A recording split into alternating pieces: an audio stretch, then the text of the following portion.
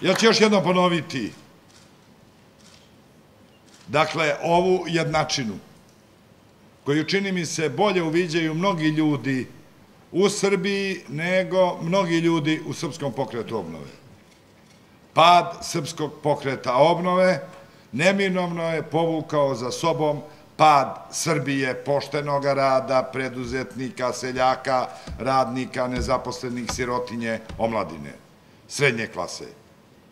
Jer zaista za posljednjih 10 godina tu Srbiju, tamo gde se odlučivalo i gde se kreirala državna politika, nije imao ko da brani i da zastupa, ta Srbija nije imala ni svoga kišobrana, ni svoga gromobrana.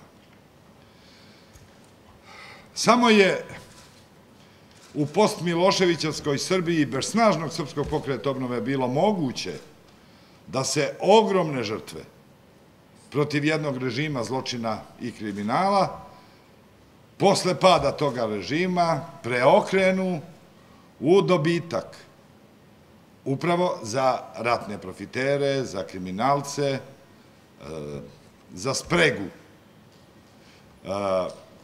politike i mafije, da se preokrenu u divlju i često razbojničku privatizaciju koja je napravila od Srbije sada ovo što Srbija jeste.